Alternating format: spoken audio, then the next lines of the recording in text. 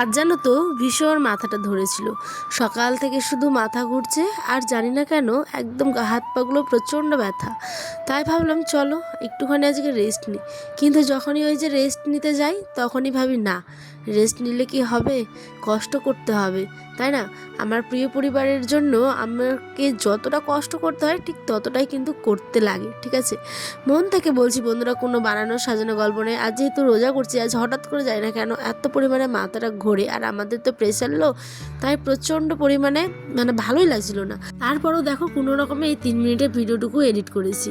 তোমরা প্লিজ ছোটো বলে কেউ স্কিপ করো না, দেখো, আশা করছি ভালো লাগবে। আজকে একদম সিম্পল ছোট্ট একটা ইফতার মেনু। আজ বিকেলবেলা থেকে সকালের দেখলে বস্তাগুলো ধুয়েছিলাম, তারপরে বিকেলবেলা আসলাম চুলোর পাটটা ঝাড়তে। এটা ছিল গতকালকের ভিডিও, তো তখন ভালো ছিলাম, আজকে একদমই ভালো নেই, ঠিক আছে? তো দেখো, যখন আমরা একটা ইউটিউবার যে প্ল্যাটফর্মে আমরা কাজ করি তখন এটাতে না কষ্ট শান্তি আজকে দিব না কালকে দিব এরম করলে হয় না।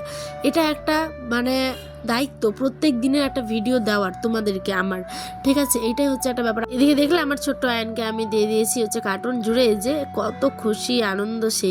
আর ওইদিকে একটু ছোলা আর একটা ভাঙা ডাল ছিল, সেটাকেই প্রেসারে সিটি দিয়ে সিদ্ধ করে নিলাম। দেখো বন্ধুরা, আমরা তো ব্লগার, তো ডেলি ব্লগের রুটিনগুলোই কিন্তু আমি একদম তোমাদের সাথে শেয়ার করি, ঘরোয়া সিম্পল যেটা করি সেটাই।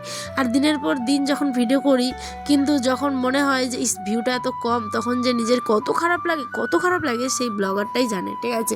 তো দেখো, আমিও দিনের পর দিন কষ্ট হোক সুখ হোক সমস্ত কিছু তোমাদের সাথে শেয়ার করি, তারপরে ভিডিও এডিট করে দিই, কিন্তু যখন ভিউটা আসে না দিন শেষে খুবই মনটা খারাপ হয়।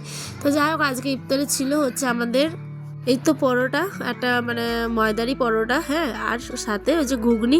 আর কি করব ভাবতে ভাবতে দেখি তোমার দাদাভাই আবার সেমাই খেতে চাইলো, তো ভাবলাম চলো করে দিই।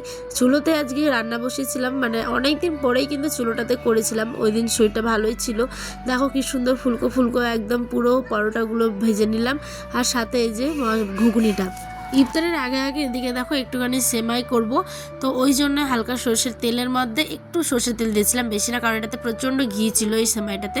তো একটু দুধ দিয়ে ভালো করে ফুটিয়ে এলাচ আর তেজপাতা চিনি এগুলো দিয়ে কিন্তু করেছি ঘরোয়াভাবে, কোনো কি বলে কাজু কিশমিশ এই সমস্ত কিছু দিনই, একদম সিম্পল আজকে আমাদের ইফতার। তো ইফতারি ভিডিওটা কেমন লাগলো অবশ্যই জানো, এত কষ্টের মধ্যেও তোমাদের জন্য শুধু আজকে একটা ছোট্ট ইফতারে ভিডিও করলাম।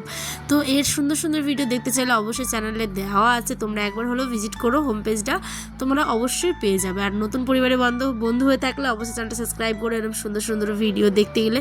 এদিকে আমার ছোট্ট আনসানা বলছে, মা দারুণ হয়েছে, দারুণ। এটাই তো একটা মেয়ের শান্তি, তাই না? যখন স্বামী সন্তান খেয়ে বলে খাবারটা অসাধারণ হয়েছে, তখন অনেকটা ভালো লাগে, তাই না? তো চলো, আমিও এখন ইফতারি করব। তো সকালে ভালো থেকো, সুস্থ থেকো, হবে কালকে নতুন দিনের সাথে নতুন ব্লগে। আল্লাহ হাফেজ, টাটা।